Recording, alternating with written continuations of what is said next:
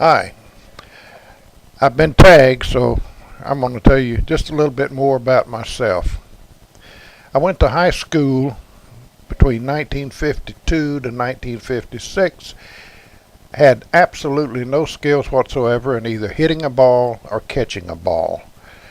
I was 6'2", which at that time was considered considerably tall. And so everyone says, "Oh, Harry, you should play basketball, you should play football, whatnot."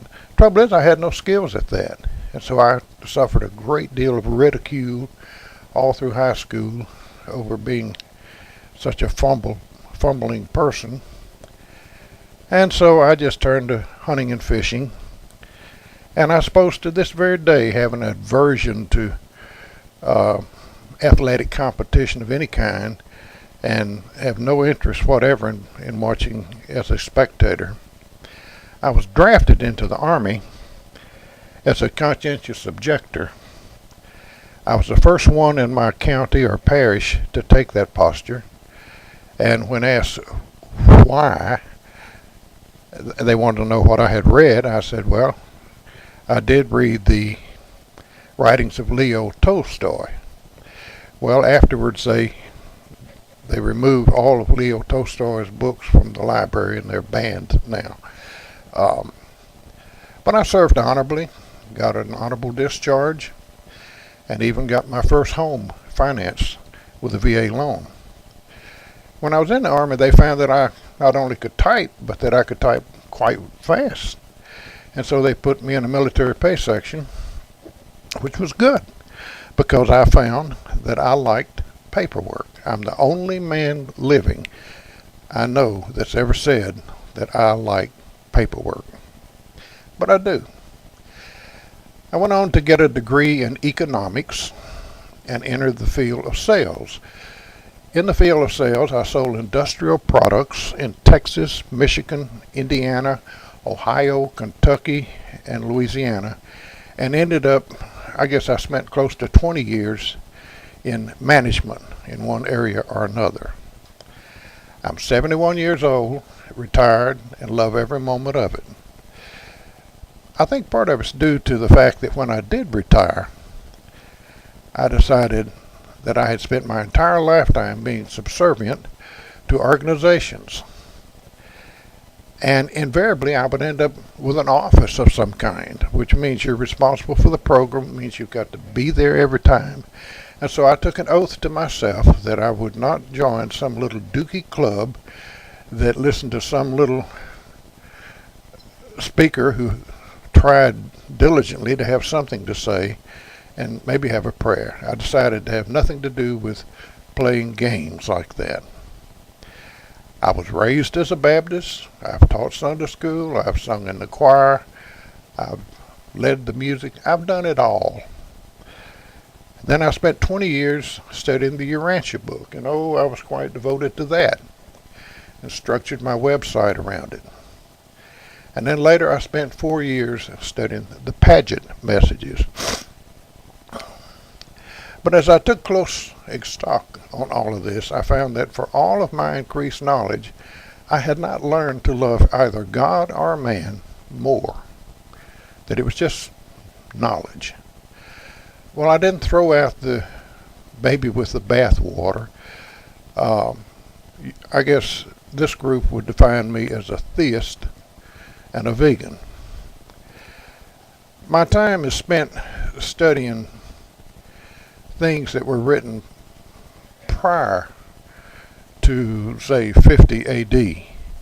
Anything written after that, I have very little interest in it because it's all trickle-down, subsequent, derivative religions of one sort or the other. I'm interested in things written maybe 16,000 BC and in that area.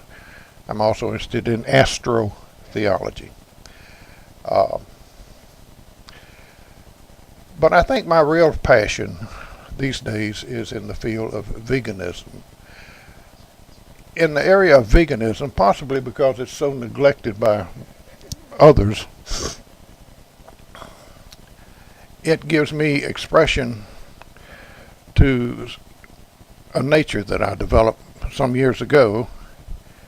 I have a great compassion for little things, little living things, which have no voice and which are helpless and which are exploited every time you turn around. Everything we use them for clothing, for food, for raw products, everything you can think of. And so I developed a personal philosophy, I think influenced more by Albert Schweitzer than any other single person. And then later I found that worldwide there were people that were like-minded, had taken much the same posture, and they called themselves vegan, V-E-G-A-N. And so I studied what all they believe. I don't belong to any vegan groups because I'm not a joiner, but I enjoy practicing it. I suppose one of my biggest hobbies is making certain that the raccoons that visit my patio every night have plenty to eat. I give them about a shoebox full of food every night, and they come back now for 3 generations and bring their little babies, which are just darling little things about that big with a tail. And I don't want to do anything except just look through the window and look and watch them. But I enjoy taking care of little things and caring about them. On my blog over here, I spend most of my time. Most of my time is spent surfing the internet and gleaning and gathering quotations and links and clean humor and this type of thing, and putting them on my blog for you to enjoy. I'm not a selfish person, I don't think. And I hope you'll visit my blog, because that's kind of where I am. And I feel as though, well, I work very hard to make it a very good read for you. I don't want to waste your time or mine. And you can even set it up on an RSS feed if you wish. Additionally, I very much enjoy cooking now. I've developed a newfound appreciation for all the cooking I had from first my mother and then my wife and my mother-in-law and many others. A lot goes into making cornbread, mind you, and even making cornbread is very involved. And I found that out. But I've also found out how to make most anything you want to mention without using any meat products whatsoever. And that, to me, that's fun.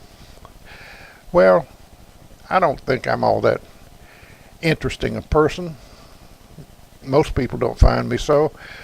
But I do enjoy sharing what little bit I have, and hope that you got some benefit from exposing myself like this. See ya.